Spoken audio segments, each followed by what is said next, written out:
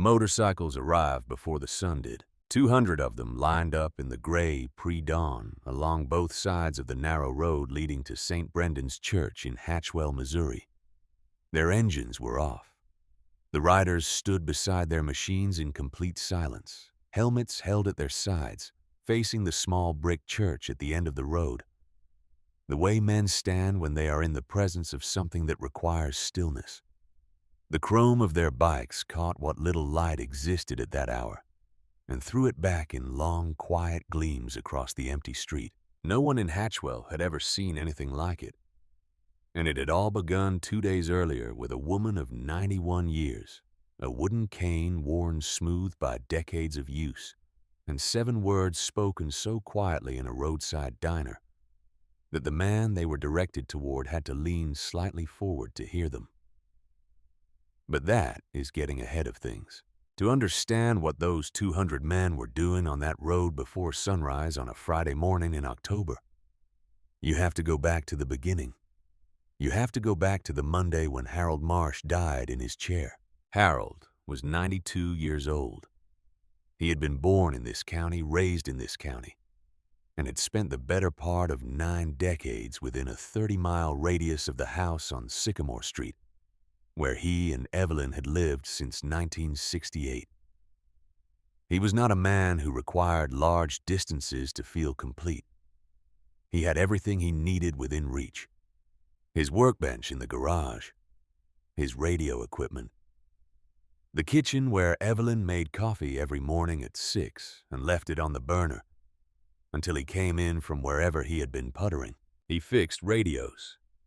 That was the thing most people in Hatchwell knew about Harold Marsh, if they knew anything at all.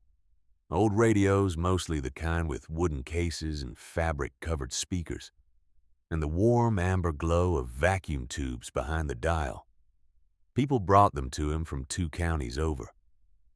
Sometimes radios that had belonged to their grandparents, radios that no longer worked, but that no one could bring themselves to throw away.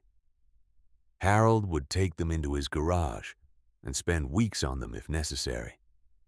And when he was done, the radios worked again, and the people who came to collect them often stood in the driveway with the repaired radio in their hands, looking at it the way you look at something you had feared was permanently lost. He never charged very much. Sometimes he charged nothing at all, depending on who was asking and what he could see in their face. He whistled while he worked.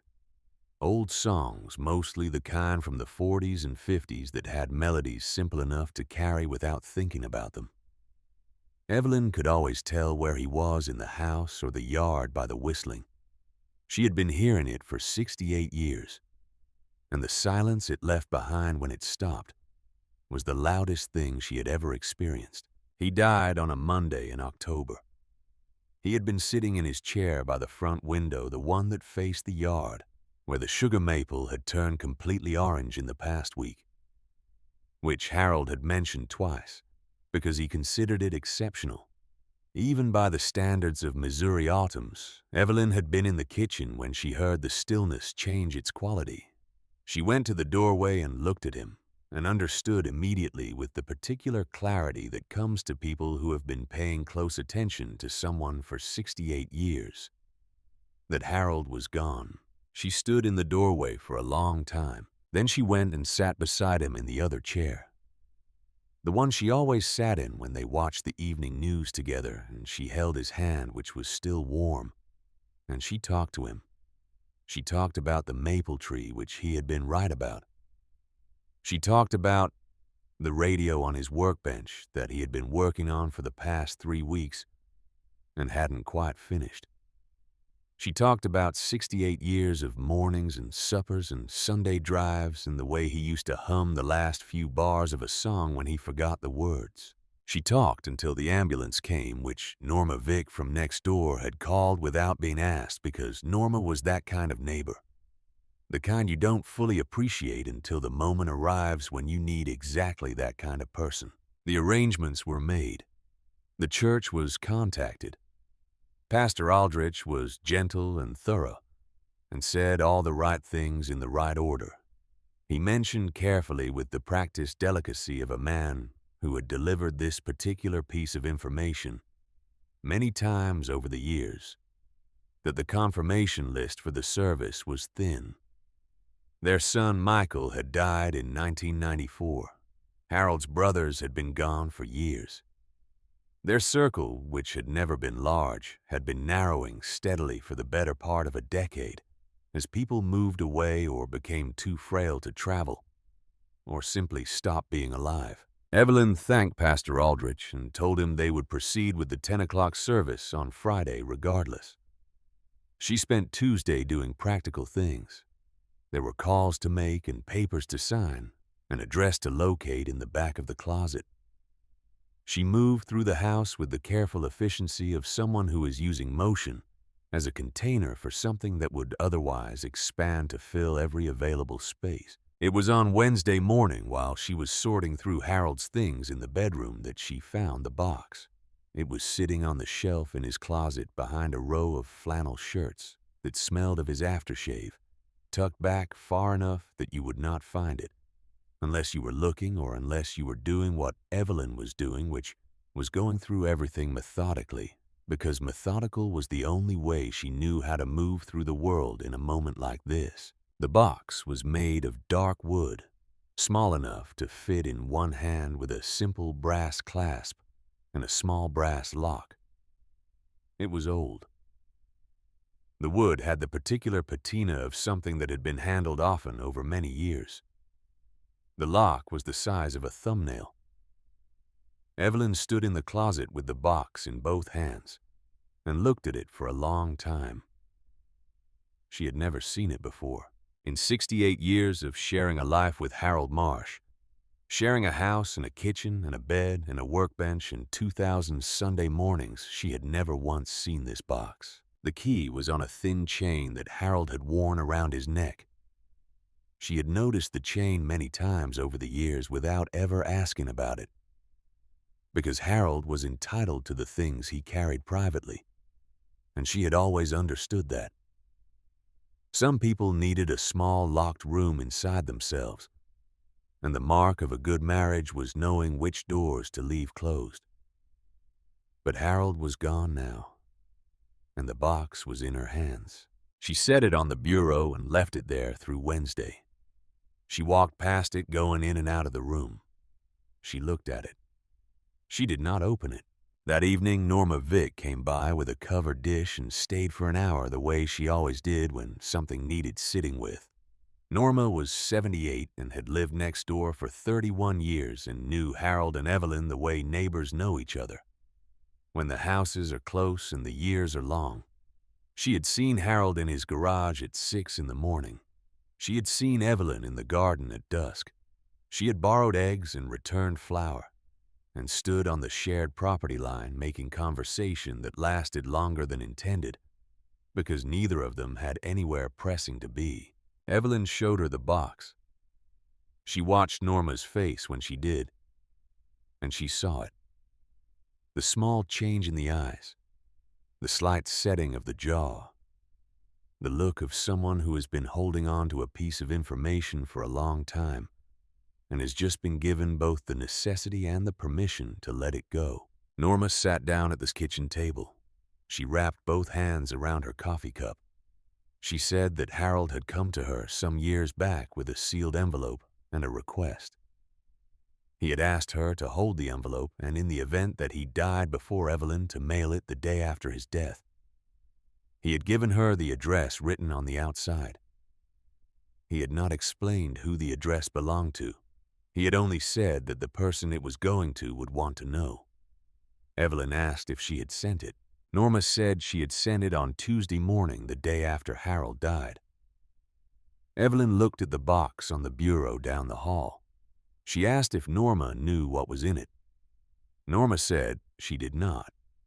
She said Harold had not told her anything beyond the instruction about the envelope. She said she had always trusted that Harold had his reasons and that his reasons were good ones, because in 31 years of living next door, she had never once seen evidence that Harold Marsh operated any other way. Evelyn looked at the table. She turned her coffee cup in her hands. She said he kept things, quiet things, things he did that he never talked about. Norma nodded. She said that some men were like that. She said it was not dishonesty. It was more like a particular form of modesty, the kind that doesn't want the good things it does to become stories about itself. Evelyn thought about the radio on his workbench that he hadn't finished. She thought about all the radios he had fixed over the years, all the people who had stood in the driveway holding something repaired. She thought about the ones he hadn't charged anything. She thought about how she had never actually known the full list of those because Harold hadn't kept a list. And if he had, he wouldn't have shown it to her. After Norma left, Evelyn went and sat in front of the box for a long while. She opened the clasp. She looked at the contents without touching them yet. A stack of letters bound with a rubber band that had grown brittle with age. A photograph, black and white, of a young man she did not recognize, maybe 25 years old, wearing what looked like work clothes rather than a uniform, standing in front of a building with his hands in his pockets and a squint against the sun. And a piece of paper folded once with an address written in Harold's handwriting, Fayetteville, Arkansas. A name above the address, Walt Greer. She took out only one letter. She unfolded it carefully, because the paper was old and had been folded and unfolded more than once. The date at the top said 1989. The handwriting was Harold's younger and slightly less careful than the handwriting she knew from his notes on the kitchen counter and his labels on the garage shelves, but unmistakably his. The letter began, Walt, I hope you are staying warm up there. I thought about you this week when I fixed a radio for a man who reminded me of you a little. Evelyn read the whole letter. Then she folded it and put it back and sat in the chair by the window in the bedroom, the one that faced the backyard, and let the dark come in around her while she thought about a man named Walt Greer in Fayetteville, Arkansas, and about a letter Norma had mailed on Tuesday, and about 68 years of mornings with a man she had thought she knew completely. Thursday came gray and cold. Evelyn dressed carefully. She put on the pale blue coat, the one Harold had said made her look like the prettiest girl in Missouri the last time she wore it, which had been 2 Easters ago. She stood in front of the mirror and looked at herself for a moment. She was 91 years old. Her hair was white. Her hands had the look of hands that had done a great deal of living. She picked up Harold's cane from the corner where she had put it. After Monday, the smooth wooden one he had used for the last 5 years, and she went outside. She did not have a plan. She was not the kind of person who moved through the world without plans as a general rule. But grief has a way of dissolving the structures that ordinarily give a day its shape. And what was left after the dissolution was something simpler and more immediate. She could not stay in the house where Harold was no longer whistling. She could not sit in either of the chairs in the front room. She needed to be somewhere else, and the somewhere else her feet took her was to the car, and the car took her to Riley's Roadhouse Diner on Route 7, which was the diner she and Harold had been coming to on Sunday afternoons for as long as either of them could remember. She noticed the motorcycles in the parking lot before she got out of the car, 4 of them large and gleaming, despite the flat gray light of the overcast morning, parked side by side, with the particular neatness of people who take care of the things they own. She sat in the car and looked at them for a moment. She had not been thinking about motorcycles. She had not been thinking about anything specific, only about the heaviness of the upcoming Friday and the image of Pastor Aldrich's careful face when he told her the confirmation list was thin. She went inside. The diner smelled of coffee and bacon and warm pie crust. The smell that had been the same in this room for every one of the years she and Harold had been coming here. And the familiar quality of it hit her somewhere unexpected. Someplace between the chest and the throat, where things tend to gather when you are trying to hold yourself together. And the world keeps handing you reminders. She saw them right away. 4 men in the corner booth wearing leather vests with patches on them, their jackets draped over the backs of their seats. They were large men, 3 of them anyway, and the 4th was younger and leaner, but still had the same quality the others had, a kind of settled physical presence that comes from spending a great deal of time outdoors doing things that require the body to be reliable. They were drinking coffee and talking among themselves in voices low enough that she couldn't make out the words. Evelyn took a booth near the window and ordered coffee from the waitress, and sat with her hands around the cup, and looked out at the gray day and tried to organize her thoughts into something she could act on. The confirmation list was thin, nearly empty if she was being honest with herself about what Pastor Aldrich's careful language had actually meant. There would be Norma. There would be the Hendersons from the church who were loyal but elderly and had their own difficulties with travel.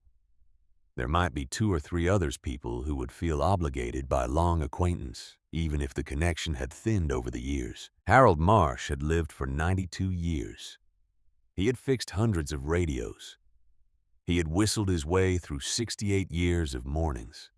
He had written letters to a man named Walt Greer in Fayetteville, Arkansas, for reasons Evelyn was only beginning to understand. And on Friday morning he was going to be buried in a church that was mostly empty. She sat with that for a long time. The truth was she had been sitting with it since Tuesday, since the conversation with Pastor Aldrich. But she had been sitting with it the way you sit with something you are hoping will resolve itself if you give it enough time. It had not resolved itself. It had only gotten heavier with each passing day. Evelyn looked at the men in the corner booth. She thought about what she needed, not in general, not in the abstract way she had been thinking about it all week, but specifically, concretely. She needed someone to be there. She needed the church not to be empty. She needed Harold, who had spent his life quietly showing up for other people, to have people show up for him at the end. She was 91 years old. She had grown up in a generation that did not ask strangers for things. You managed your own business. You did not make your difficulties into someone else's problem. These were principles she had lived by for the better part of a century, and they had served her well. But Harold was going to be buried on Friday, and the church was going to be nearly empty, and she was going to be standing there with Norma Vick and a handful of obligated acquaintances. And that was not acceptable. It was simply not acceptable. And she had reached the point where the unacceptability of it was more present than the lifelong habit of not asking. She set down her coffee cup. She stood up.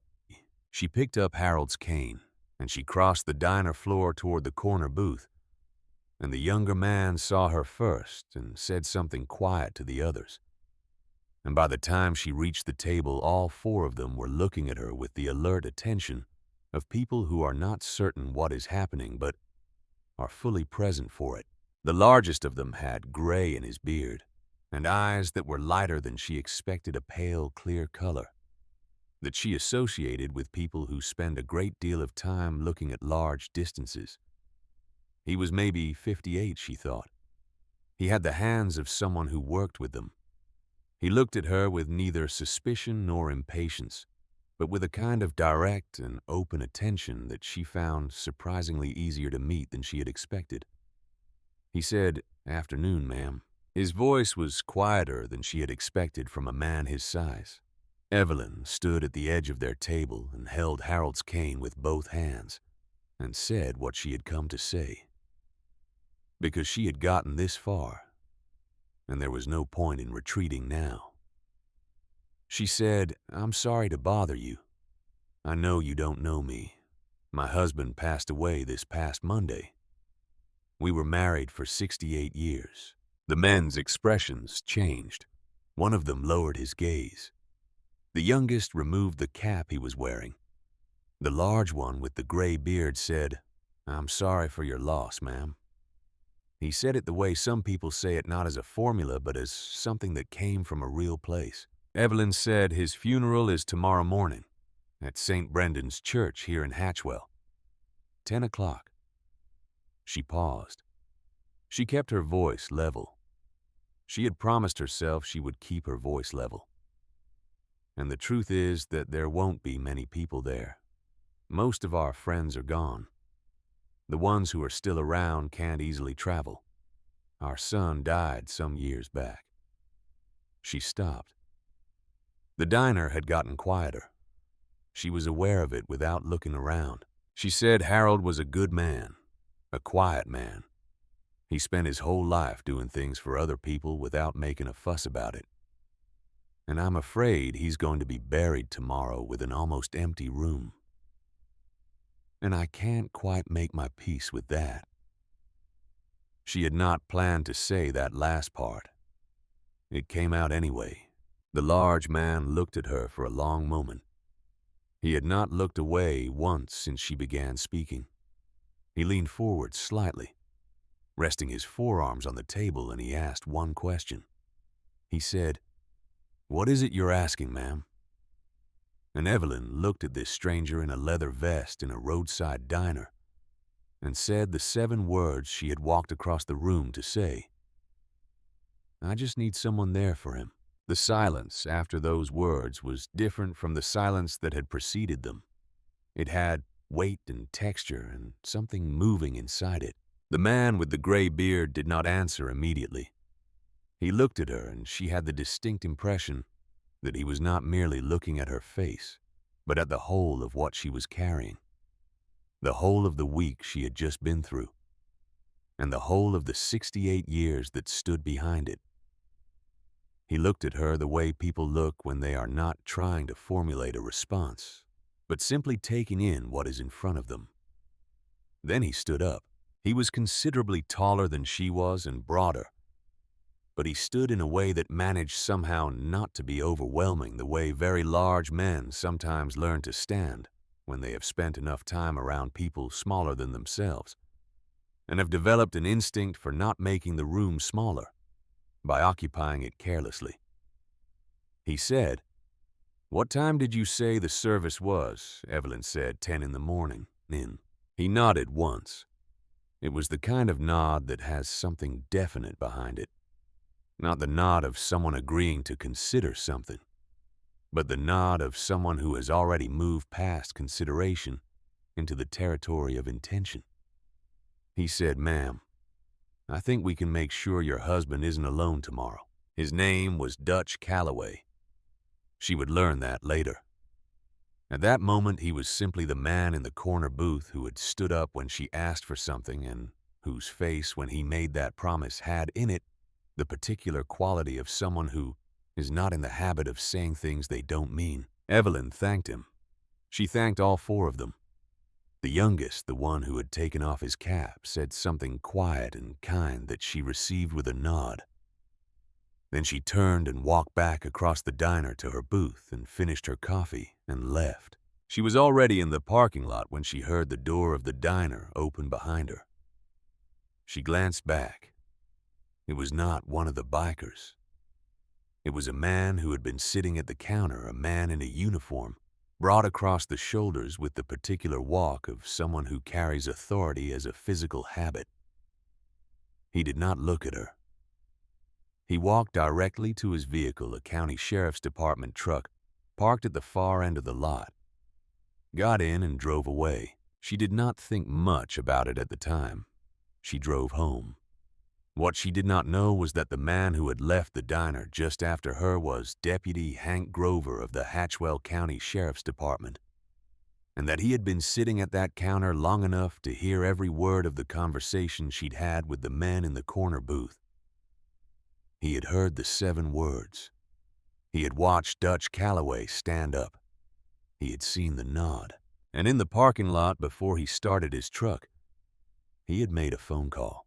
Hank Grover was 44 years old and had been with the county sheriff's department for 16 years. He was not a man of complex motivations.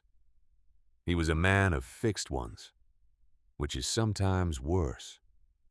10 years ago, his younger brother Eddie had been riding his motorcycle home from a night shift when a group of bikers from a club out of Springfield had run a red light and clipped Eddie's bike at 40 miles an hour. Eddie had survived, but had spent 8 months in rehabilitation and had never regained full use of his left hand.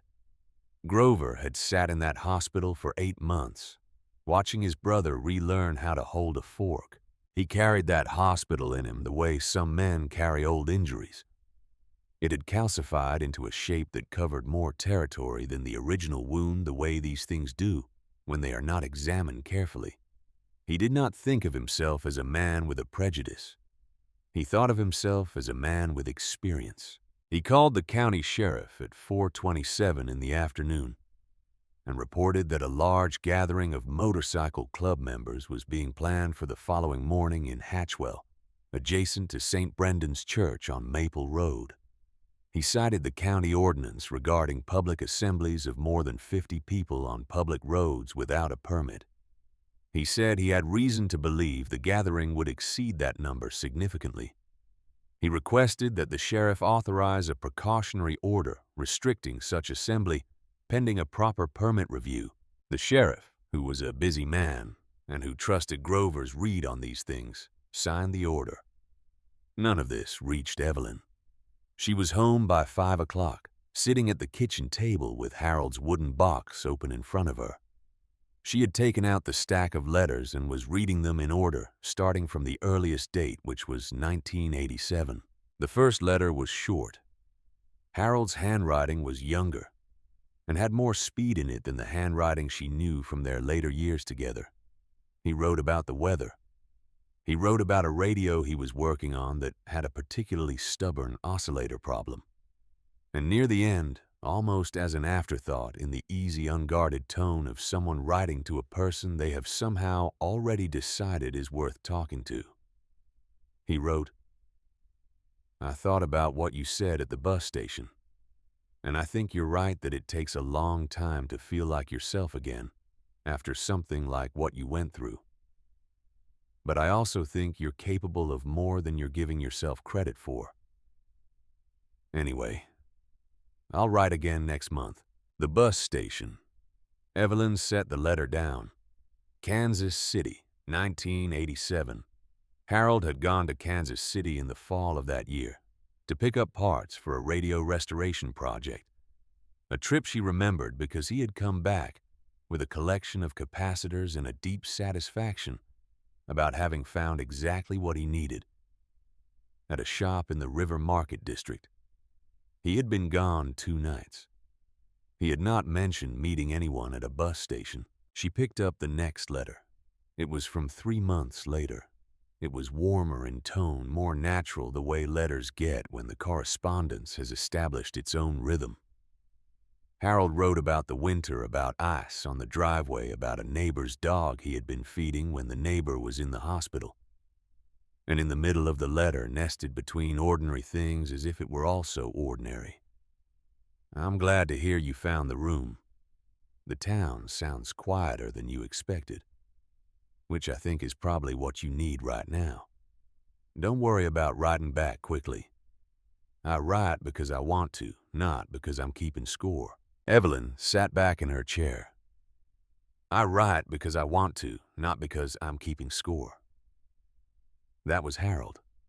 That was so completely Harold that she could hear his voice saying it, the particular, even unhurried cadence of it, the quiet confidence of a man who knew what he was doing and why, and had no need to explain it further. She read through 4 more letters before she stopped for the evening. She needed to eat something and she needed to sleep, or at least to lie down, because tomorrow was Friday and Friday required her to be as whole as she could manage.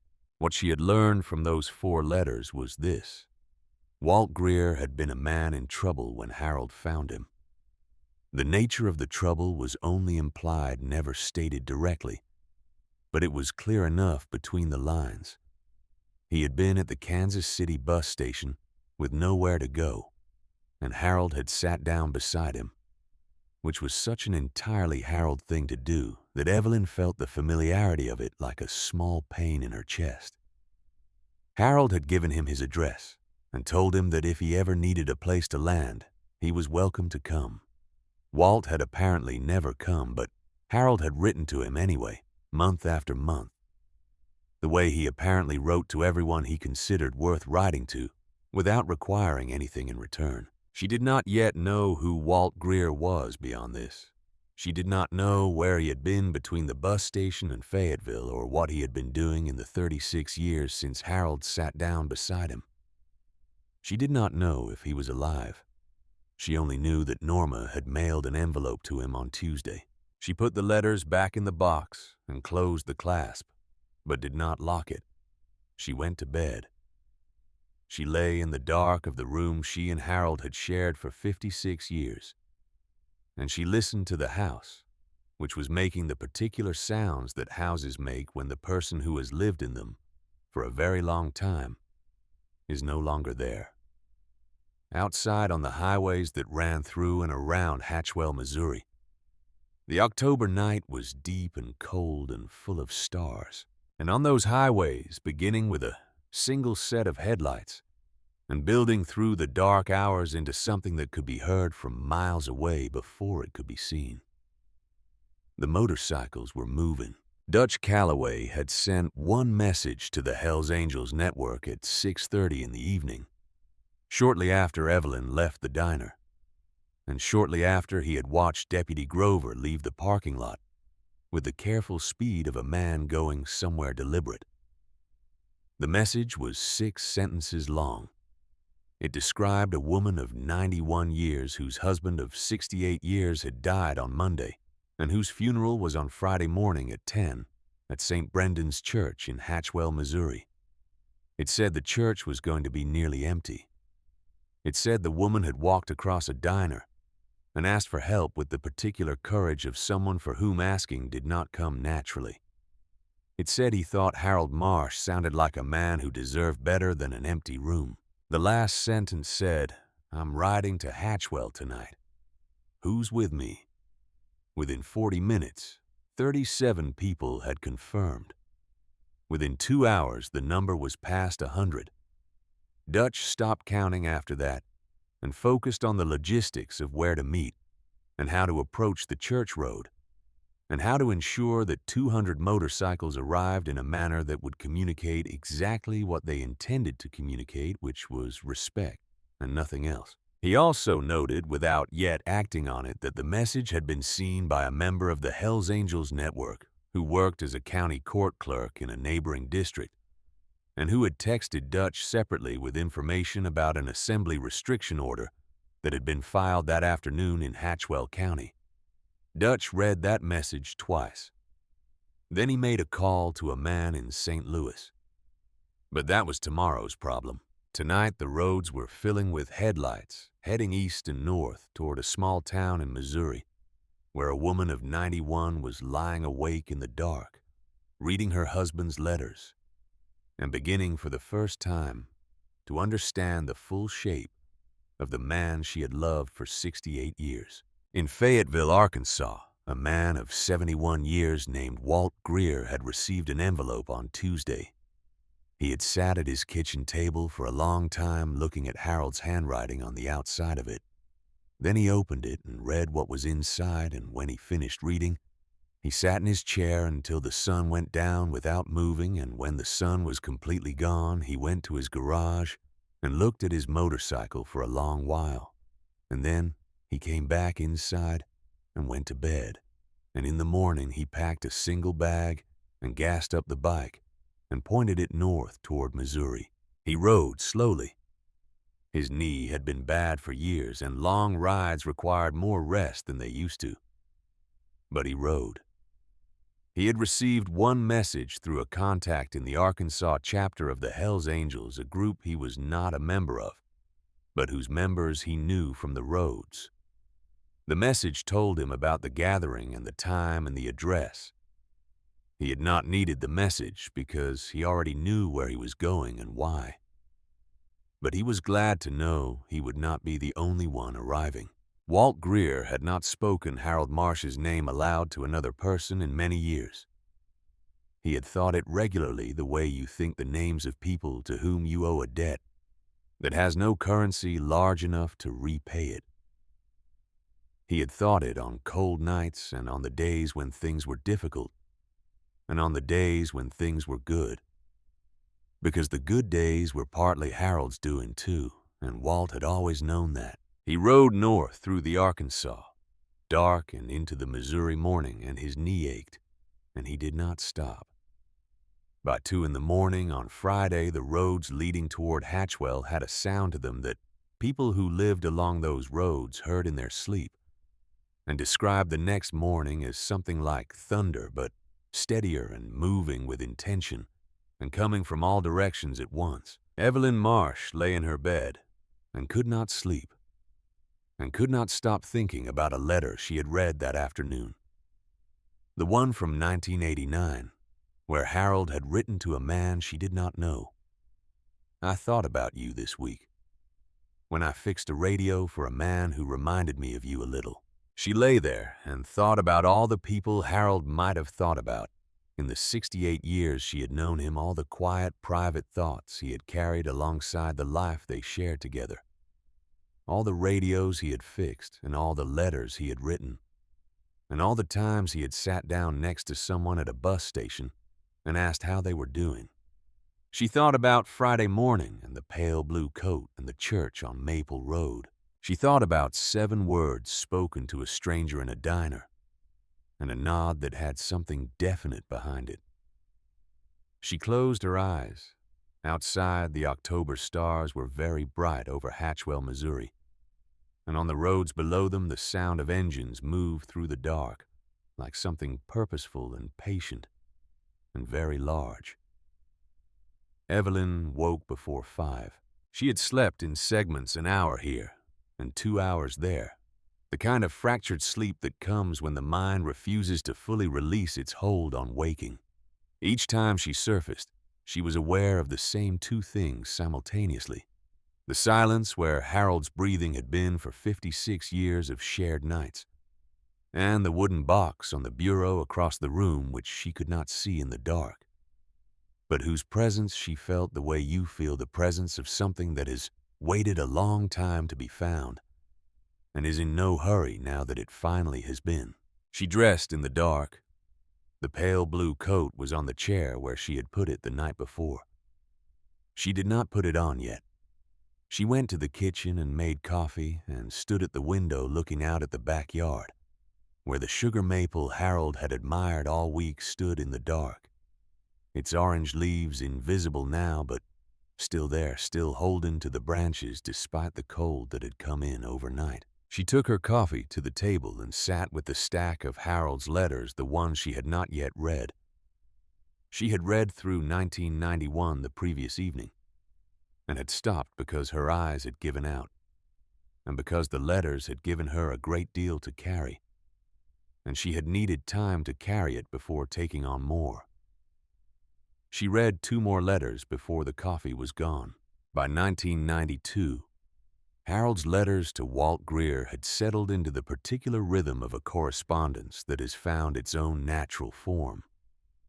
Harold wrote about the things that were present in his days: a carburetor he was trying to source for a 1948 Zenith console, the first frost, a family of foxes that had taken up residence in the back corner of the yard, and that Evelyn had been feeding without telling him, though he had noticed and had not said anything because he liked watching her do it.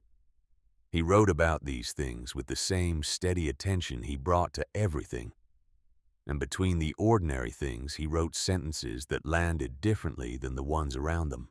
In a letter from October 1992, he wrote, "I don't need to know everything that happened to you before Kansas City to know that you're doing the work of becoming someone you can live with. That's harder than most people understand, and more worthwhile than most people acknowledge. Keep going." Evelyn read that sentence 3 times. She thought about the Walt Greer she did not know, the young man in the black and white photograph with his hands in his pockets and the squint against the sun, the man at the Kansas City bus station in the fall of 1987, who had been somewhere difficult enough that Harold had felt moved to sit down beside him and stay. She thought about the envelope Norma had mailed on Tuesday, Harold's final letter to a man he had been writing to for 35 years.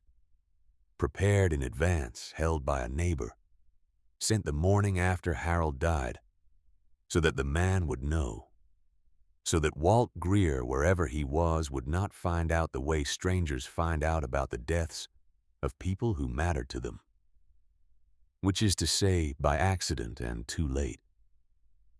Harold had thought of everything, even the things he never talked about. She put the letters back in the box and got up to rinse her cup. Through the kitchen window, the sky was beginning to show the first gray suggestion of morning at its eastern edge. Friday had arrived whether she was ready for it or not. She went to put on the pale blue coat. She was standing at the mirror in the bedroom doing the top button when she heard it. So faint at first that she thought she might be imagining it the way you hear things in the early morning when the world is quiet enough that the mind begins to fill the silence with its own productions. But it persisted, and it grew a low, continuous sound coming from the direction of Maple Road, the road that ran past St. Brendan's Church 6 blocks away. Engines. Many of them. She stood at the mirror and listened, and felt something happen in her chest that was difficult to name precisely. A loosening of something that had been held very tight for 5 days. The taxi she had arranged came at 8:30. She had ordered it for that time because the church was only 6 blocks away, and 10 minutes would be more than enough to get there. But she had wanted to leave early because she could not be in this house anymore this morning. The walls had the particular quality of walls that have absorbed a great deal of living and are now reflecting it back at the wrong frequency. She locked the front door. She walked to the taxi. She carried Harold's cane because it was his, and because she had found that holding it was something her hands needed. She got into the back seat and gave the driver the address he already knew, and looked out the window as they pulled away from the house on Sycamore Street. She had the last letter in her coat pocket, the one from the box that had no envelope, the one that had clearly been drafted, and then set aside the one in Harold's handwriting from the last year of his life that she had found folded separately at the bottom of the box beneath the others. She had read it once last night and had been unable to put it in the box with the rest. It had gone into her coat pocket and stayed there. The taxi moved through the quiet streets of Hatchwell. The town was not yet fully awake. A hardware store with its lights coming on. A woman walking a dog in a red coat. The ordinary fabric of a Friday morning in a small Missouri town. And then the taxi slowed. The driver said, "Ma'am." His voice had a quality of confusion in it. The voice of someone encountering something his experience has not prepared him for. Evelyn looked up from her hands. Maple Road was full of motorcycles. They lined both sides of the street from the corner, where the taxi had stopped, all the way to the gates of St. Brendan's Church and beyond, further than she could see clearly in the pale morning light. The riders stood beside their machines in the still air. No engines running, no voices, just 200 men and women in leather vests, standing in the October morning with their helmets held at their sides, facing the church at the end of the road. The taxi could not proceed. The road was not blocked. Exactly, there was a lane clear in the center, but the driver had stopped because the sight of it was the kind of sight that stops you. Evelyn looked at the rows of motorcycles extending in both directions. She looked at the riders, so many of them standing with the particular quiet of people who have made a deliberate choice to be somewhere and are fully committed to that choice. She looked at the church at the end of the road, small and brick and entirely ordinary, which was about to contain something it had probably never contained before. She opened the car door. The driver said, "Ma'am, we can go around to the..." She was already out of the car. She stood on the road with Harold's cane, and she looked at the length of it at the 200 people standing in the cold morning air.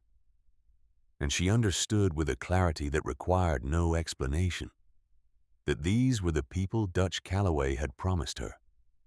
Not 4 of them, all of them. She began to walk toward the church. She had gone perhaps 20 feet when she became aware of something changing in the stillness around her. It took her a moment to identify it because it was a change made of nothing added and something removed. The 2 rows of riders nearest to her had turned slowly and without instruction to face inward toward the center of the road. Toward her. She walked between them. The nearest riders bowed their heads as she passed. She saw large hands with old scars and ink come to rest over chests. She saw a man with a beard that reached his collar close his eyes. She saw a young woman with her hair pulled back, press her lips together against something she was feeling. She walked through all of it with her chin level and Harold's cane in her hand, and she looked ahead at the church gate because that was where she was going, and because if she looked at the faces, she was not certain she could maintain the composure she had decided this moment required. She was composed for Harold. He had always been composed. It was the least she could do.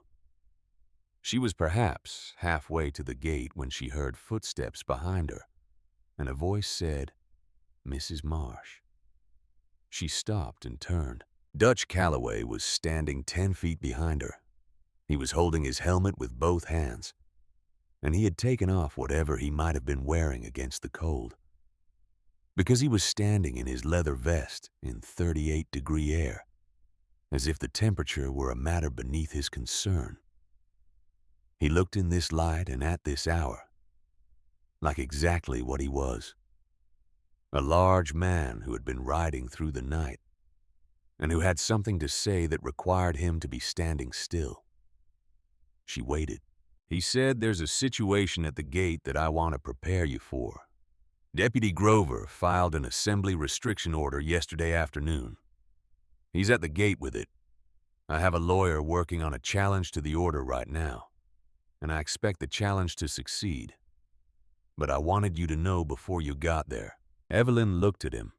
She looked at him the way she had looked at Harold when Harold came to her with news that required a response, which was to say, she took it in fully before she said anything. She said, "How long have you known about this?" He said, "Since last night. I've had a man working on it since 10 p.m., she said. "And you rode here anyway?" He said, "Yes, ma'am." She looked at the church gate, which was perhaps 40 yards ahead of her. She could see a county sheriff's department vehicle parked on the far side of it. She could see a figure in uniform standing at the gate with his arms at his sides. She said, "Thank you for telling me." And she turned and kept walking. She heard Dutch fall in behind her. Not close, just present the way certain people make themselves present without imposing. The gate of St. Brendan's Church was a simple iron structure, not ornate, the kind of gate that is there to mark a boundary rather than to impress. It stood open most days. This morning it was closed. Deputy Hank Grover stood in front of it with a folded document in his hand and the expression of a man who is committed to a position and is now standing in it. He was perhaps 10 years younger than Dutch, thick in the shoulders. He had a face that would have been unremarkable under other circumstances, but that this morning wore the particular tightness of someone who has done something they were certain about at the time of doing it and is now being confronted with its full dimensions. He looked at Evelyn approaching. She watched his expression change in a way that he did not appear to have anticipated. She stopped in front of him. She was 5 feet 3 inches tall and 91 years old, and she was holding a wooden cane and wearing a pale blue coat on a cold October morning. She looked up at him directly. She said, "I know what you have in your hand, Deputy." She said it without heat, without performance. She said it the way Harold might have said it, which was to say with the flat certainty of someone who has lived long enough to dispense with anything unnecessary. Grover said, "Ma'am, I have a lawful order here, restricting." She said, Harold Marsh was 92 years old. He lived in this town for most of those years. He fixed radios for people in 2 counties, and he never once asked for anything back. He is inside that building right now. He is going to be buried this morning, and these people drove through the night to be here for him. She paused. She said, "I am asking you to step aside, Hank." She had not planned to use his first name. It came out because he was a person, and she was a person, and they were standing 6 feet apart on a cold morning at the gate of a church, and the formality of surnames felt false. Grover's jaw worked slightly. He looked at the document in his hand. He looked at the 200 people standing in the road behind Evelyn, silent, not pressing forward, simply there. He did not step aside. But he did not say anything else either. The gate of St. Brendan's church opened from the inside. Pastor Aldrich had been watching from the church steps. He was a lean man in his 60s with white hair, and a minister's instinct for the moment when a situation requires a body to move into it.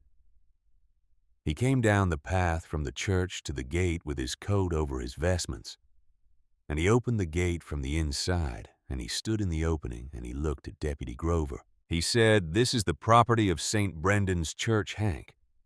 I'm the pastor of record, and I'm extending an invitation to everyone present. The assembly ordinance doesn't apply on private church property, and you know that." Grover stood very still. Pastor Aldrich said Harold Marsh came to this church for 40 years. He fixed the sound system in the fellowship hall twice and never charged us a dime. He deserves a proper service, and I intend to give him one. Now please let these people through. A long moment passed. Grover looked at the document in his hand. He looked at Evelyn. He looked at the rows of riders standing in the road. He looked at something past all of them, something that was not visible in the physical scene, something interior that Evelyn could see him wrestling with in the way that a person's face sometimes becomes briefly transparent to what is happening behind it. He stepped back. He stepped to the side of the gate and stood there, with the folded document at his side and his eyes on the middle distance, and he did not say anything else. Evelyn walked through the gate. Behind her, the sound of footsteps on asphalt began. Many footsteps. The 200 riders came through the gate in the unhurried, orderly way of people who have somewhere to be and have been patient about getting there, and are now finally moving. She walked up the path toward the church doors without looking back. She could hear them behind her, and she did not need to look back. She knew they were there. Pastor Aldrich fell into step beside her. He said nothing. He simply walked with her up the path and opened the church door and held it for her. Inside St. Brendan's was small and plain, which was appropriate for Hatchwell and for Harold, neither of whom had ever had much use for grandeur. The wooden pews were old and had the particular warmth of wood that has held a great many people through a great many years. The windows let in the pale morning light in long rectangles across the floor. Harold's casket was at the front of the church, dark wood, simple, exactly what he would have chosen if he had been the one choosing.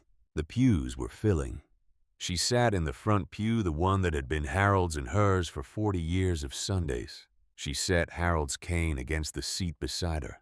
She folded her hands in her lap, and she looked at the casket at the front of the room, and she breathed.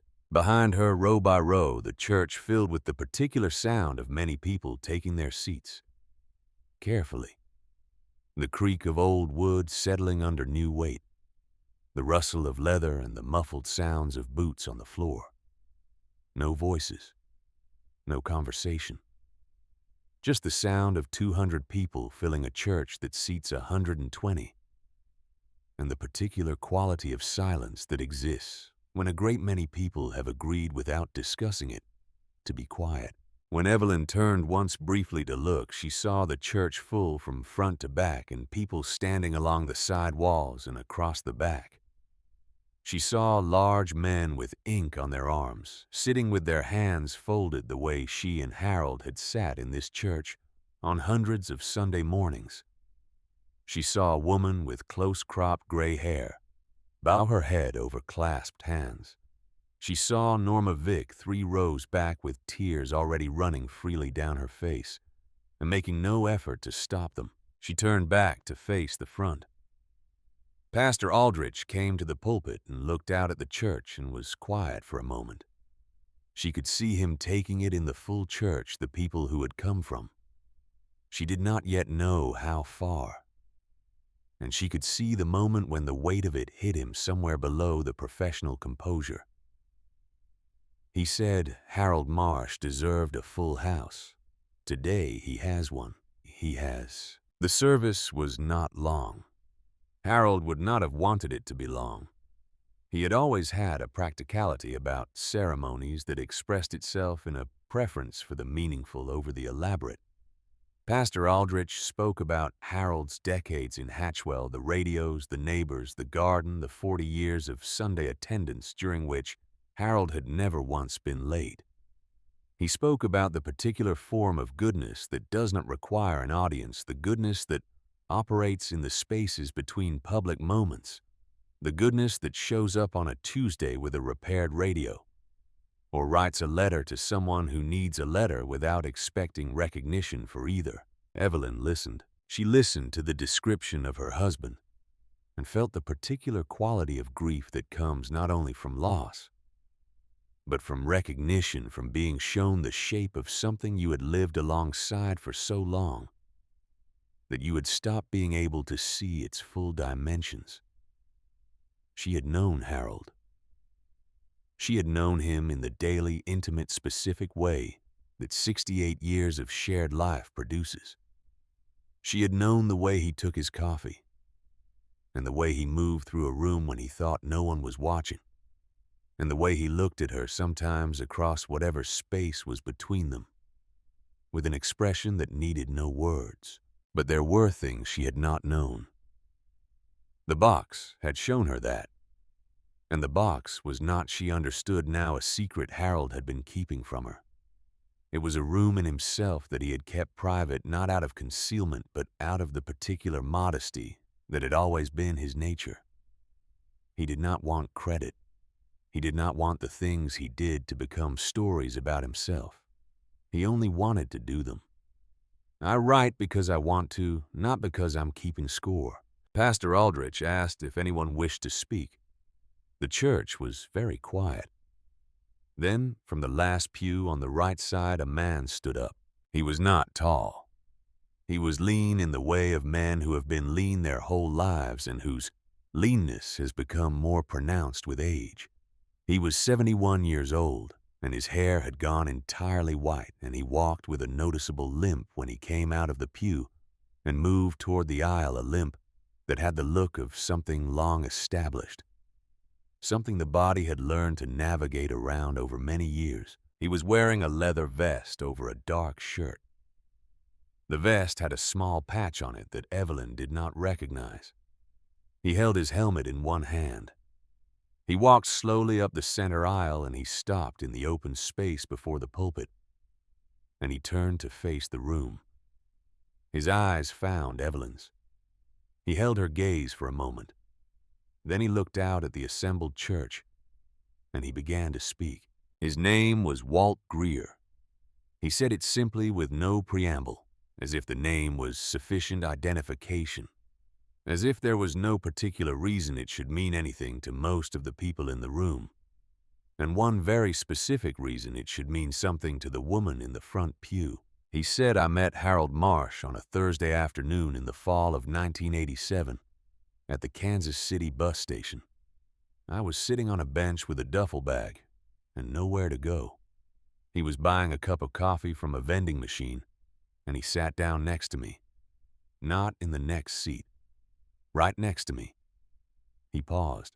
He said I need to be honest about where I was at that point. I had come out of a 3-year sentence for something I am not proud of. I had come out of it with exactly what I went in with, which was nothing. No job, no prospects, no one waiting. I had made choices that had cost me the things that people rely on. I was sitting in that bus station, and I was not thinking about the future, because I could not see any particular reason to think about it. The church was completely still. He said Harold Marsh sat down next to me and asked how I was doing, not in the way that people ask that question when they don't want an answer. In the way that means they're going to wait and listen. I don't know why I told him as much as I did. I don't know why he stayed as long as he did. But he missed the bus he had been intending to catch. And before he left to catch the next one, he wrote his address on the back of a receipt. And he said, "If you need a place to land, I have a wife who cooks better than anyone in Missouri, and a garage that always needs an extra set of hands." He stopped. He looked at Evelyn. He said, "I never went. I don't know exactly why. Probably a combination of pride and shame, and not quite believing that the offer was real. Because at that point in my life, I had encountered more offers that weren't real than offers that were. But 3 weeks later, I got a letter from Harold Marsh in my P.O. box. I'd given him that address out of some instinct I didn't fully understand. The letter said, "Walt, I hope you are staying warm up there. I thought about you this week." He paused again. He looked at the casket. He said I got a letter from him every month for 3 years. I wrote back when I could, which wasn't as often as I should have. The letters never asked anything of me. They never told me what I should be doing or how I should be living. They just told me what was happening in Harold Marsh's life, which was apparently radios and garden foxes and his wife's cooking, and the specific problems of sourcing parts for old equipment. Ordinary things. Completely ordinary things that he wrote about with the kind of attention that makes ordinary things feel like they matter. He put his free hand flat on his chest. He said, "I want to be very clear about something. I'm standing in this room today 71 years old because of those letters. I don't mean that poetically. I mean it factually. In the winter of 1988, I was in a bad place, worse than Kansas City. And I received a letter from Harold Marsh that talked about a fox kit he had found in the yard and nursed back to health with a dropper of warm milk every 3 hours. It was the most mundane letter I have ever received in my life. I read it 4 times, and I decided to wait one more day before doing what I had been thinking about doing." He let that land. He said the next day was easier. Not much, but a little. And Harold wrote again the following month. Evelyn's hands were pressed flat against her thighs. She was looking at Walt Greer, and she was thinking about a wooden box with a brass lock that she had never seen before Wednesday. She was thinking about 68 years of mornings with a man who whistled while he worked and never once said, "By the way, I am saving someone's life, one letter at a time." Walt Greer said I received a letter on Tuesday. It was in Harold's handwriting, and it had clearly been written some time ago and kept until it needed to be sent. My neighbor, a woman I have lived next to for 12 years and never had a significant conversation with, knocked on my door and handed me an envelope she said had arrived in the morning mail. She left before I finished reading it. He looked out at the assembled riders, the 200 people who had come from wherever they had come from to fill this church. He said, the letter said, "Walt, I don't know how much time I have left, but I want you to know that of all the things I have done in my life, writing to you is one I would not change for anything. You made it. And you made it on your own terms, which is the only way that counts. I hope you know that." He paused. Harold always ended his letters the same way. Every single one of them. He said, "Keep going." Walt Greer stood in the front of St. Brendan's Church with his helmet in his hand, and he looked at Evelyn for a moment, and then he looked at the casket. He said, "I rode 400 miles to say thank you to a man I will never be able to thank. I know that. But I wanted him to have a room full of people who knew what kind of man he was. I know I am not the only one here for that reason." He looked at Dutch Calloway in the third row. He said, "I know I am not the only one."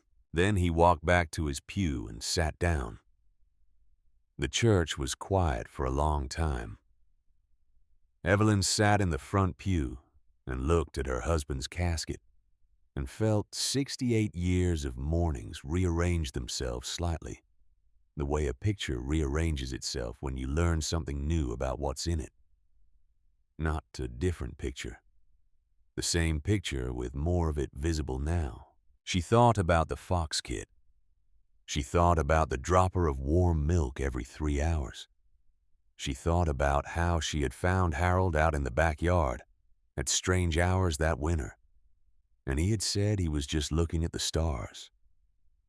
Which was true and also not the complete truth, but Harold had always been comfortable holding both things at once. She put her hand on the cane that was leaning against the seat beside her. The wood was smooth under her palm, worn to the exact shape of use. Harold had carried this cane for 5 years, and before that he had walked without one. And before that there had been decades of mornings when his walking was something that simply happened without requiring any thought at all. She stood up. She did not plan to. It was not something she had discussed with Pastor Aldrich or decided in advance. She simply found herself standing with Harold's cane in her hand, facing the full church from the front pew. She waited until the room had noticed and settled. Then she said, "I have been married to Harold Marsh for 68 years, and I thought I knew him." She let that sit for a moment. She said, "I did know him. I knew him the way you know someone when you have shared every morning and every supper, and every difficult year, and every good one. I knew the sound of him in the next room. I knew his handwriting before I even read what it said. I knew the way he looked at something when he was trying to figure it out, and the way he looked when he had. I knew him." She looked at the casket. She said, "But this week I have been learning the shape of him. Not a new shape. The full shape. The parts of him that he kept quiet, not because he was hiding them, but because he did not need anyone to see them, to make them real. Harold did not do things so that they would become stories. He did them because they needed doing, and he was the person available to do them. That was enough for him. It was always enough." She paused. She said, "I found a box in his closet on Wednesday that I had never seen before. I did not know it existed. It held 35 years of letters to a man I had never heard him mention. I've been reading those letters since Wednesday night, and I want to tell you what I found in them." She looked at the room, at Dutch Calloway in the third row, at Walt Greer in the last pew, at Norma Vick with her hands clasped and her face fully open to whatever was coming. She said, "I found my husband. The whole of him. The parts I lived with and the parts I am only now meeting. He was a good man. I knew that. But goodness is not a simple thing. It has dimensions that are easy to miss when you are living alongside it every day." She paused. "He never told me about the letters. He never told me about Walt or about Kansas City or about the Fox kid in the winter of 1988. He didn't need to. He wasn't doing it for an audience. He was doing it because there was a person who needed someone to keep writing, and Harold was willing to be that person for as long as it took." She straightened slightly. She said, "I have lived 91 years, and I have made many mistakes, and I have had the extraordinary luck of spending 68 of those years with a man who made fewer mistakes than most and who made them quietly and corrected them the same way. I'm going to miss him for however long I have left, but I am not afraid for him. A man who lived the way Harold lived does not go alone. That is not how it works. She sat down. The church was completely silent for a long moment. Then, from somewhere in the middle of the assembled riders, someone began to applaud. Not the rapid, automatic applause of performance, but the slow, deliberate applause of genuine response. The kind that starts from one pair of hands and is joined by another, and then another, until the whole room is part of it. It moved through St. Brendan's church like something the building had been waiting to contain, rolling from the back pews to the front and filling the plain wooden space entirely. Evelyn looked at Harold's casket. She thought he would have been embarrassed by the applause. She thought he would have looked at his hands and shaken his head slightly, in the way he did when attention was directed at him that he felt he had not earned. She thought he would have glanced at her from the corner of his eye, with the expression that meant he was trying not to be moved by something and was not fully succeeding. She thought of all the things she still knew about him. Outside St. Brendan's church in the cold October morning, Deputy Hank Grover stood beside his vehicle on the far side of the iron gate. He could hear the applause from inside the church, muffled by the brick walls, but unmistakable in its quality and the specific weight and intention of it. He had the assembly restriction order in his hand. He had been holding it since he arrived. He folded it in half, and then in half again, and put it in his shirt pocket. He stood for a while longer, looking at the church. Then he looked at the rows of motorcycles lining Maple Road, 200 of them in the pale morning light, chrome and leather, and the particular presence of machines that have covered serious distance. He heard footsteps on the path behind him and turned. Walt Greer was coming through the gate. He walked slowly because of the limp each step, deliberate. He came through the gate and stopped a few feet from Grover and looked at him. The two men stood in the cold air and looked at each other. Neither of them had anything in their expression that required translation. Walt Greer said I was a man that people wanted to keep outside too, for a long time. He paused. The only reason I'm not still that man is because Harold Marsh sat down next to me when he didn't have to. Grover looked at the folded order in his shirt pocket. He looked at the church. He looked at Walt Greer, 71 years old, who had ridden 400 miles with a bad knee, to say thank you to a man who was no longer there to hear it. He did not say anything, but he moved slowly toward the gate, and he went through it, and he walked up the path to the church, and he went inside, and he found a seat in the very last pew in the corner, where he sat down alone and looked toward the front of the church where Harold Marsh's casket stood in the pale light coming through the old windows. He sat there with his hands on his knees, and he was very still. Outside Maple Road waited with its 200 motorcycles, patient and silent in the October morning, and somewhere above Hatchwell, the sky had begun to clear the gray cloud cover, pulling back from the east to let in a blue that had the particular sharp clarity of autumn, the kind of blue that only exists when the summer is completely gone and the cold has come in to stay. The service ended the way Harold would have wanted it to end, quietly, without excess. Pastor Aldrich said a final prayer that was short enough to mean what it said, and long enough to say it properly. And then he stood aside and let the silence do what silence does when it is given room, which is to hold the things that words cannot quite reach. The casket was carried out by 6 men. Dutch Calloway was one of them. He had not been asked. He had simply come forward when the time came and taken his position at the front left corner and stood ready. And no one present found anything remarkable about this. because by that point the line between the people who had known Harold Marsh for 40 years and the people who had driven through the night to be here for him had blurred into something that felt less like a distinction and more like a single continuous thing. Evelyn walked behind the casket through the church doors and out into the October morning. The air hit her face cold and clean, the particular cold of a Missouri October that has made its intentions clear and is no longer softening itself for anyone.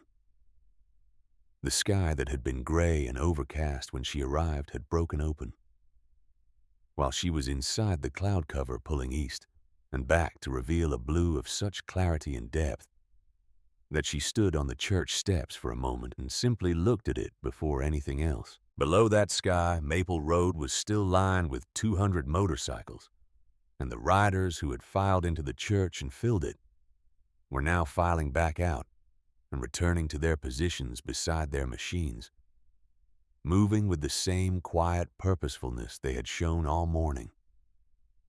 She watched them go. She watched 200 people take their places in the cold air, without being asked and without instruction, and without any apparent need for either. The grave was in the small cemetery attached to St. Brendan's, 20 yards from the church doors, which was another thing Harold would have approved of. He had always liked the idea that the living and the dead in this place remained in proximity to each other. He had said so once years ago in a way that had struck Evelyn at the time as more philosophical than his usual register, though in retrospect she understood it had simply been Harold being. Harold thinking about things at their full depth without necessarily needing to discuss that depth at length. She walked to the grave. The ground was cold and solid under her feet, the grass gone brown at the edges but still present, and the sugar maples at the cemetery's perimeter had the same orange Harold had admired in their own yard, that particular October orange that seemed to generate its own light. She stood at the edge of the grave and looked at it, and thought about 68 years of mornings ending here in this ground, in this town, under this sky. It was a good place to end.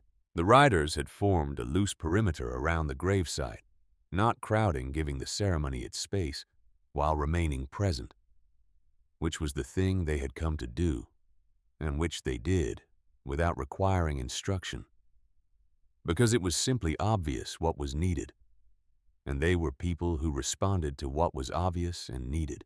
Pastor Aldrich spoke the words that are spoken over graves. He spoke them with care, and without rushing, giving each one its weight.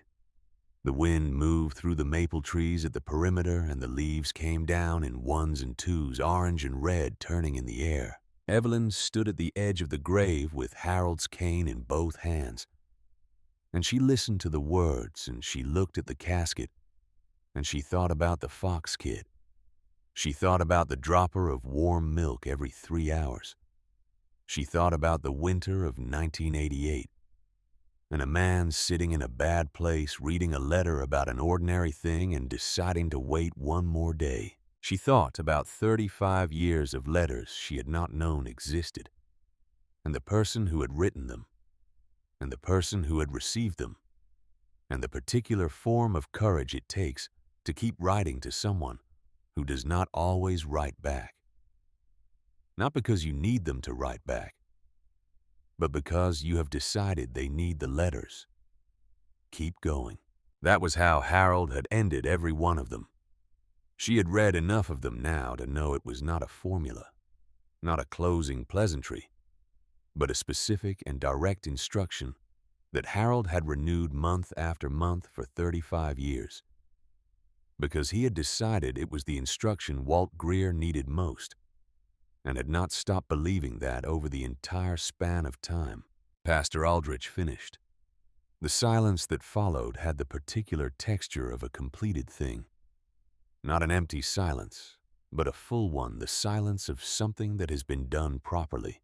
Evelyn looked up from the grave. She looked at the 200 people arranged around her in the cold October morning, at the leather vests and the worn boots, and the hands of people who had ridden through the night for a man they had never met. because a woman in a diner had said 7 words that someone had found worth responding to. She looked at Dutch Calloway, who was standing 20 feet away with his helmet in his hands and his eyes on the casket, with an expression she recognized, the expression of a person remembering something of their own, inside someone else's moment. She looked at Walt Greer. He was standing apart from the main group, slightly to the side near one of the maple trees. He had his helmet under his arm, and he was looking at the grave. He was not crying. He had the look of a man who has done his crying already in private over a long period of time, and who is now standing in the presence of something that requires only that he be present, which he is. She looked at Norma Vick standing close to her with a handkerchief pressed to her face, small and determined. She looked at Deputy Hank Grover, who had come from the church and was standing at the far edge of the gathered group, apart from the riders, his hands at his sides, his uniform slightly incongruous among the leather. He was looking at the grave with an expression Evelyn could not fully read from this distance, but that had lost whatever defensive quality it had held earlier at the gate. He looked, she thought, like a man who had arrived at the end of something and was still in the early stages of understanding what that meant. Pastor Aldrich concluded with the words that conclude these things. One by one, people came to the grave. They came in the way that people come forward at the end of a service, not in a rush, not organized, but moving when they were ready and stopping when they needed to, and then moving on. The riders came. They came in their leather and their boots, large and small, young and old men and women, and each one who came to the grave spent a moment with it. Some touched the casket with one hand. Some bowed their heads. Some stood for only a few seconds, and some stood for longer. Some saluted. One man, broad and gray-bearded, and someone Evelyn had not seen before, took a coin from his jacket pocket, looked at it for a moment, and then placed it on top of the casket, with the care of someone placing something irreplaceable. She asked Dutch later what kind of coin it was. He said it was a challenge coin from the man's years in the army. He said the man had ridden from Memphis. He said the man had never met Harold Marsh and had come because the message Dutch sent had said that Harold was the kind of person who deserved a full room, and the man from Memphis had decided that was sufficient reason. It was sufficient reason. When Walt Greer came to the grave, he stood there for a considerable time. Evelyn watched him. He stood with his eyes on the casket, and his lips moved very slightly in the way of someone saying something that is not meant to be heard by anyone other than the person it is directed to. He stood until he was done. Then he stepped back and looked at Evelyn, and she looked at him, and something passed between them that would have been difficult to explain to anyone who had not been present for the mourning in its entirety, but that both of them understood completely. When the last person had come and gone from the grave, Evelyn went herself. She went last. She had been standing to the side, receiving the quiet acknowledgments of those who passed by, the nods and the brief words and the hands briefly pressed over hearts, and she had received each of these with the composed attention she had maintained all morning. But now she went to the grave herself, and she stood at its edge with Harold's cane in her hand. She did not say anything aloud. She thought of 68 years. She thought of the house on Sycamore Street. She thought of coffee on the burner at 6 in the morning and the sound of whistling from the direction of the garage. She thought of 2 chairs in the front room facing a yard, with a sugar maple that had turned an exceptional orange this October, and that Harold had mentioned twice. She thought of a wooden box with a brass lock. She thought of a photograph of a young man with his hands in his pockets. She thought of the phrase, "Keep going," written at the bottom of 35 years of letters renewed each time, as if it were being offered for the first time. she said quietly into the October air, and the cold and the presence of 200 people standing in respectful stillness behind her. "I'm going to keep going, Harold. You don't have to worry about that." She stood for another moment. Then she turned and walked back toward the church path. The envelope was waiting for her on the bench just inside the church gate, placed there at some point during the service by hands she had not seen. It was a plain white envelope, thick with what was inside it. Her name was written on the front in handwriting she did not recognize. She picked it up and held it and looked at it, and Dutch Calloway appeared at her side. He said, "That's from all of us." He said it simply the way he said most things. She opened it there at the gate. Inside were pages. Many pages filled with names and signatures in handwriting of every variety, small and cramped. Large and open, careful and hurried, the full range of human handwriting representing the full range of people who had put their name to this thing. She turned through the pages slowly. The names meant nothing to her individually, but collectively they meant everything, which was the point. There were names with addresses in Missouri and Kansas and Tennessee and Arkansas and Indiana and states further than that. There were names that had notes beside them. "Harold sounds like my own father. My dad would have liked this man. For everyone who showed up when they were needed."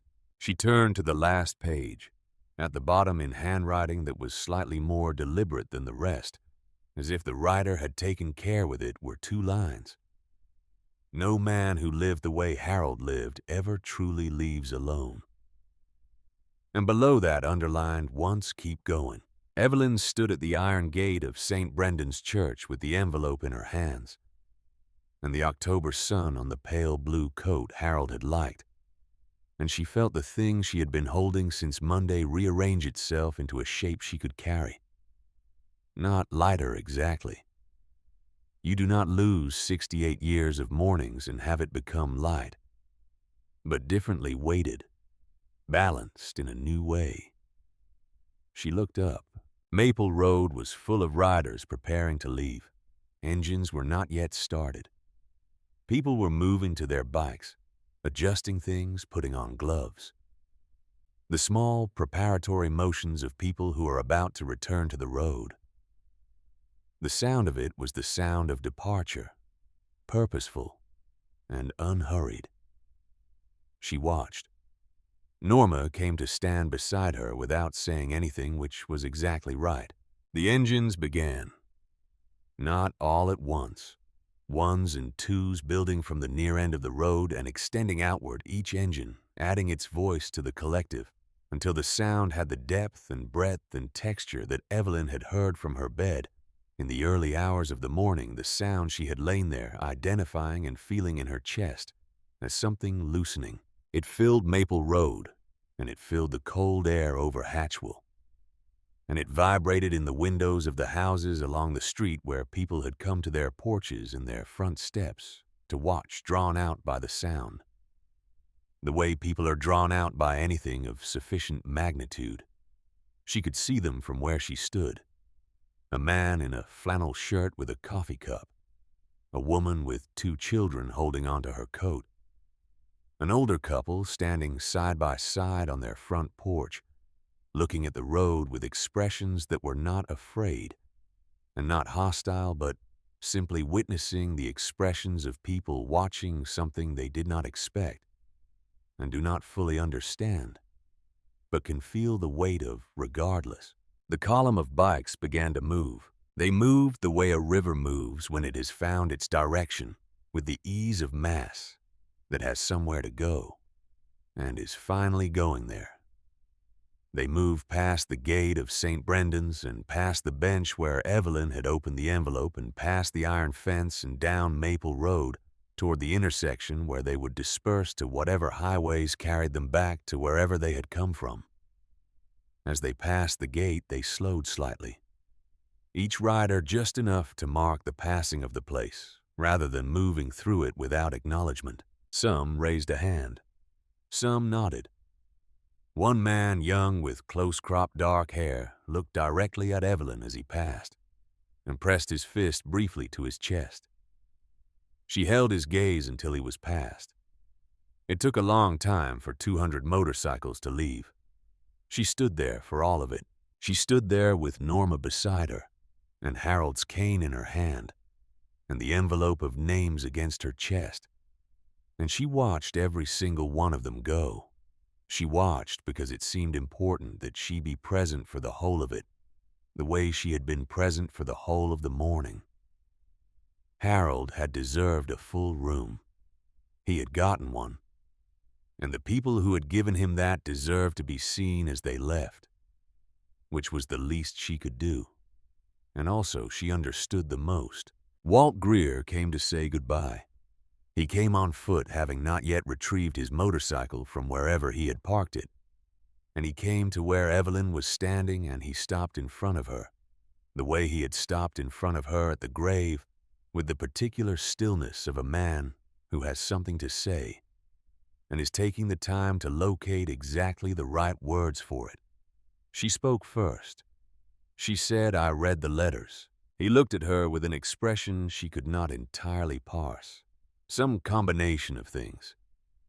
She said, "I started Wednesday night and I've read most of them now.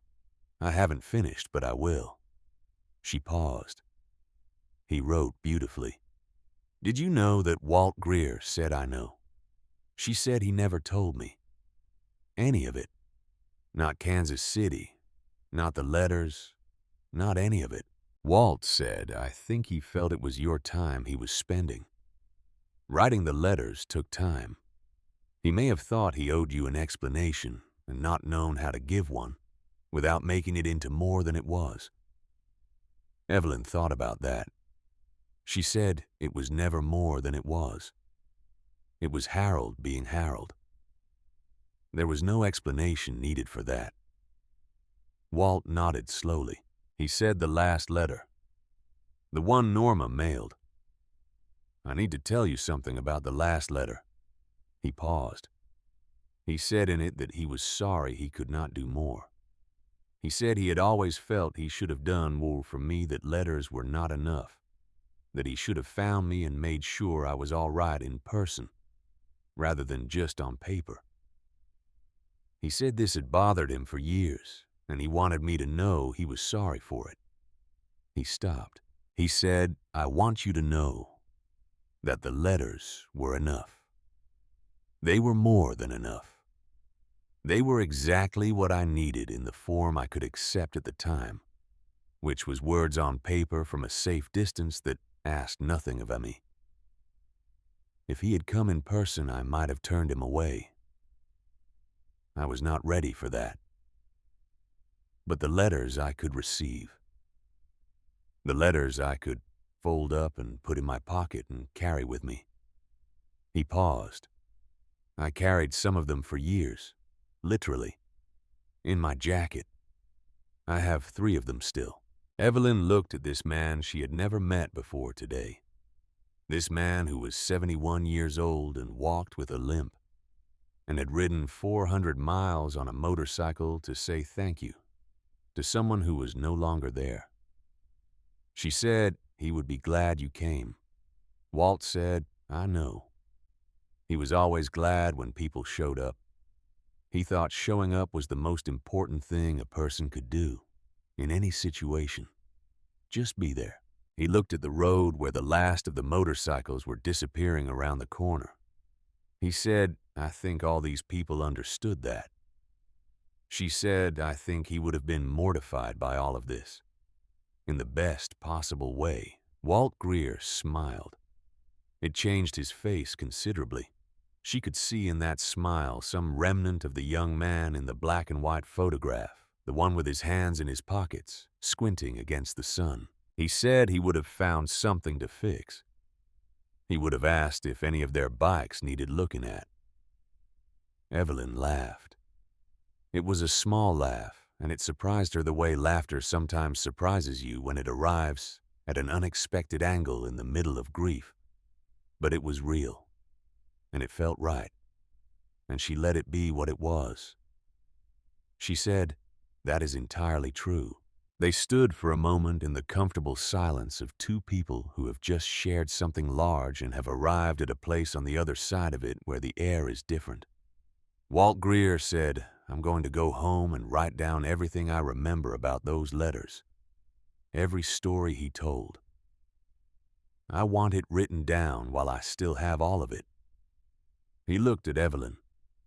"Would that be all right with you if I wrote about him?" She said, "Harold would tell you that you don't need his permission or mine to write what's true." Walt nodded. He said, "That sounds like him." He held out his hand. She took it in both of hers and held it for a moment, the hand of a man her husband had saved without ever quite framing it that way, without ever once requiring that the saving be acknowledged or recognized or repaid. Then she let it go. He walked away toward his motorcycle, and she watched him go. This stranger, who was not a stranger, this part of Harold she had not known until Wednesday. This proof of the full shape of the man she had loved. Dutch Calloway came last. He came when nearly everyone else had gone, when the road was quiet again, and the sound of the engines had faded to something she could feel more than hear, a low residual vibration in the October air that would take some time yet to fully dissipate. He came and stood before her with his helmet in his hands, and he looked at her with those pale, clear eyes that had seen a great deal of distance. She said, "You made a promise in a diner." He said, "Yes, ma'am." She said, "You more than kept it." He said, "Harold Marsh deserved it. And you deserve to know that people would come. Sometimes people need to know that before they can let something go properly." She thought about that. She said, "Can I ask you something?" He said, "Yes." She said, "Why did you stand up? In the diner? Right away like that without thinking? Why did you say yes so quickly?" He was quiet for a moment. He looked at the road. He said, "My father died in 1999. Small funeral. Almost no one there. He was a man who had spent a lot of years after the war keeping to himself. And by the time he was gone, the world had moved on, enough that there wasn't much of a crowd left to gather." He paused. "I stood at that grave, and I thought that he deserved better. Not because of who he was to me, just because of who he was. Just because he had lived." He stopped. "I've been thinking that ever since, about what people deserve just by virtue of having lived a full life." He looked at Evelyn. He said, "When you walked up to that booth and said what you said, I wasn't thinking about any of that. But it was all in there somewhere. It's always in there." She looked at this man who had organized 200 people across multiple states based on a 6-sentence message because a woman in a diner had said 7 words. She said, "Harold would have liked you." Dutch looked slightly uncertain for a moment, in the way of people who are not accustomed to this kind of statement and are not entirely sure how to receive it. He said, "I think I would have liked him." He put on his helmet. He said, "Mrs. Marsh, you take care of yourself." She said, "I intend to." He nodded once with the same quality of nod she had seen in the diner on Thursday, the kind that has something definite behind it. Then he walked to his motorcycle, the last one on Maple Road, and he swung his leg over it with the ease of a man who has done this 10,000 times. And he started the engine. The sound of it was singular now, one engine rather than 200. And that singularity made it sound different. Larger somehow. More specific. Like the difference between a choir and a single voice that you can actually hear. He pulled out onto Maple Road. He paused at the gate of St. Brendan's, which was still open, the iron gate that Deputy Grover had been standing in front of this morning with a folded document and a position he had been committed to. He paused and he looked back at Evelyn. She raised her hand. He raised his. Then he rode down Maple Road and around the corner and was gone. and the sound of the engine faded with him growing smaller and thinner, until it was indistinguishable from the general ambient silence of a Friday morning in Hatchwell. The road was empty. Evelyn stood at the gate of St. Brendan's Church with Norma Vick beside her, the envelope of names against her chest, Harold's cane in her hand, the pale blue coat around her, in the October air. She was aware of someone behind her, and she turned. Deputy Hank Grover was standing at the edge of the churchyard near the maple trees. He had his hands in his jacket pockets, and he was looking at the empty road where the motorcycles had been. He looked in this light considerably younger than he had looked at the gate this morning. Or perhaps not younger. Perhaps simply less armored. People sometimes look like different ages when they take off certain things. He was not looking at Evelyn. He was looking at the road. But after a moment, as if feeling the fact of her attention, he turned and looked at her. She did not say anything. He did not say anything. He looked at her for a moment with the expression of a man who has done something he cannot undo and knows it, and is in the early stages of figuring out what that means for how he moves through the world going forward. It was not a comfortable expression. It was not meant to be. He nodded to her. A single nod. Not the decisive nod of someone communicating certainty, but the smaller, more tentative nod of someone communicating acknowledgement. An accounting. She returned it. He walked to his vehicle, got in, and drove away. Norma said, "Well." Evelyn said, "Yes." Norma said, "I have a pot roast in the slow cooker." Evelyn looked at her. Norma said, "You are not going back to that house to be alone today. I put it on before I left this morning. It'll be ready by noon." Evelyn thought about the house on Sycamore Street. She thought about the 2 chairs in the front room, and the radio on the workbench that Harold hadn't finished, and the wooden box with the brass lock on the bureau. She thought about all the things that would need doing in the weeks ahead, the ongoing work of absence, and about the fact that she had 9 letters still unread. She said, "That's very kind, Norma." Norma took her arm. They walked out through the gate of St. Brendan's Church and along the path to where Norma's car was parked on the side street.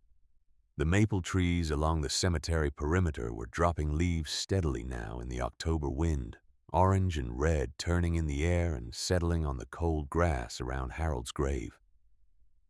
She looked back once. The grave was still. The maple leaves were settling around it with the patient indifference of things that continue, regardless of anything else. And the sky above it was that particular sharp October blue, the kind that only comes after the gray has gone and the cold has arrived. The kind that has depth and clarity to it. The kind that makes everything below it look more precisely itself. She turned and walked to Norma's car. Over the following days, she finished the letters. She read them in the mornings, mostly at the kitchen table with coffee on the burner at 6.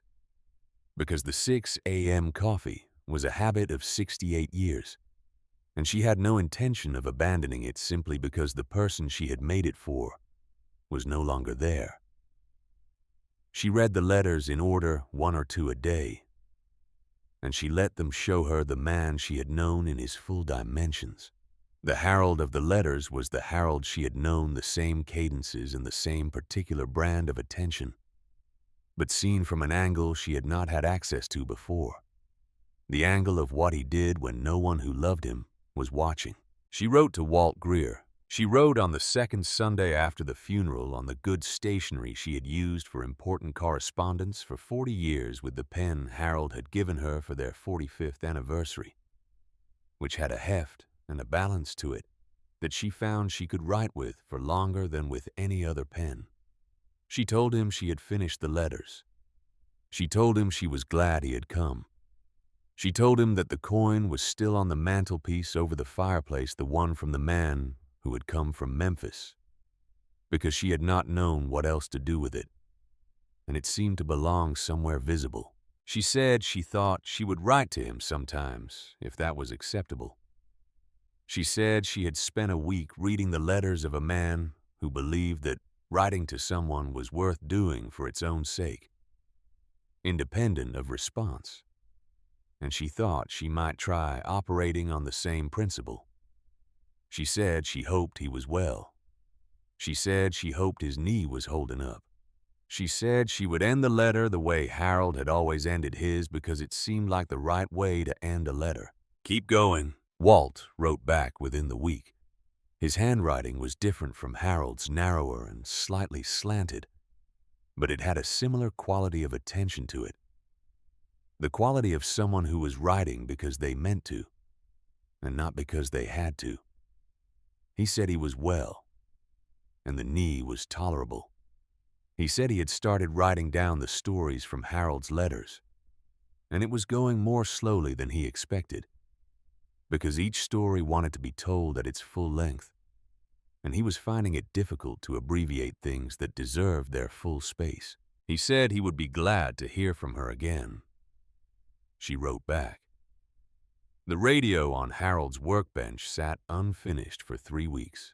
She left it where it was because she was not ready to move it, and because there was nothing wrong with it sitting there, and because in some way she could not quite articulate the presence of the unfinished radio felt like the right thing. A project in progress, something that had not yet reached its resolution. On the 4th Sunday after the funeral, Norma came for coffee in the morning, and they sat at the kitchen table and talked about Harold for 2 hours, which was something they had not done before in 31 years of neighboring. Not because Harold was not worth talking about, but because the conversations they had had before never required it. And now the conversation they had did. Norma told her about the day Harold had helped her carry her mother's furniture from the moving truck, when Norma's back was out and Norma's sons were too far away to come. She said he had showed up without being asked, which was the thing about Harold you did not have to ask. He noticed, and he came. Evelyn told her about the Fox kit. Norma looked at her and said, "I know about the Fox kit." Evelyn said, "Of course you do." They laughed. In the weeks that followed, people came to Evelyn's door. Not a flood of them. One at a time or two. People from Hatchwell and from the surrounding area who had heard about the funeral, who had read the piece that ran in the county newspaper.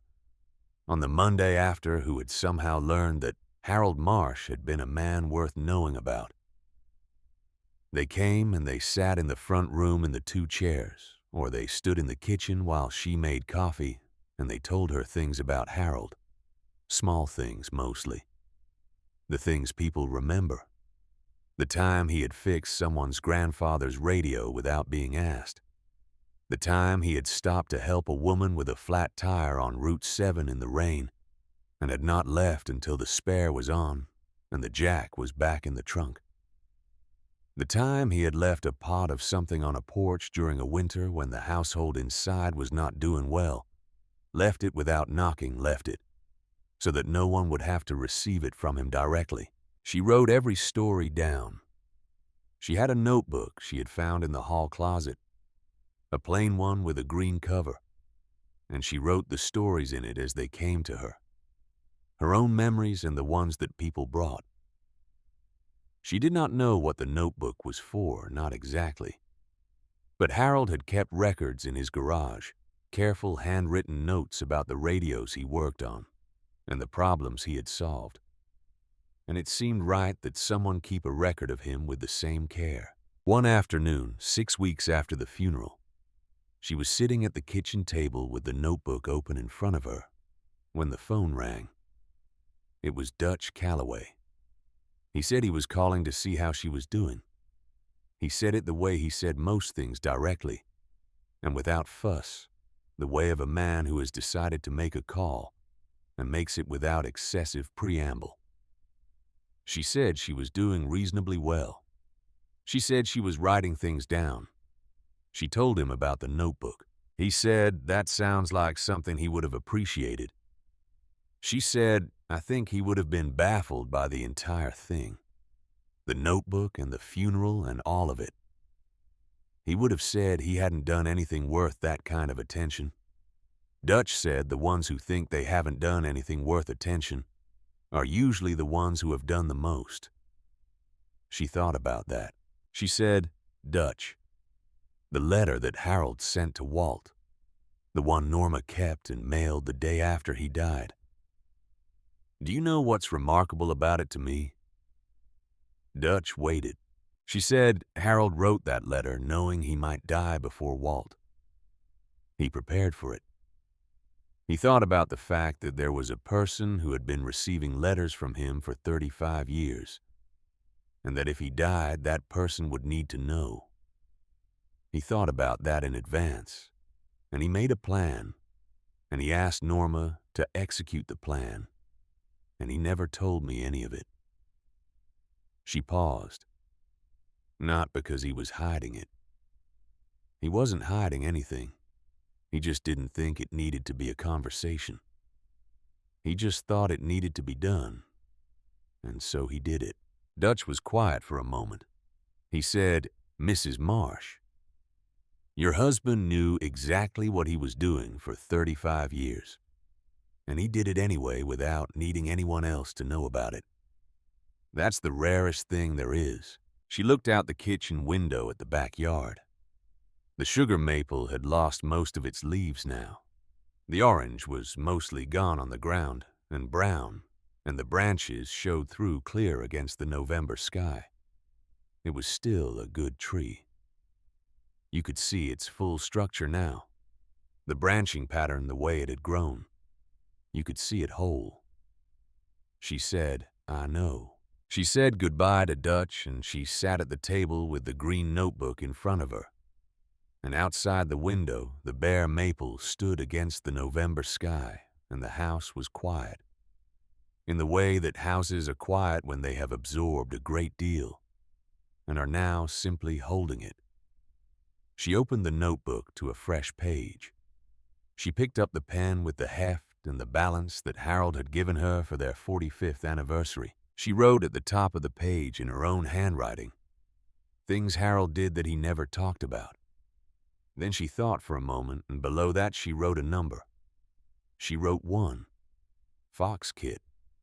Winter of 1988. Warm milk every 3 hours. She thought for another moment. She could feel the shape of what she was doing, the size of the project ahead of her. All the things people had told her, and all the things in the letters, and all the things she had known for 68 years, and never needed to examine because they were simply the air of her life, the constant given. There was a great deal to write. She would need more than one notebook. She began.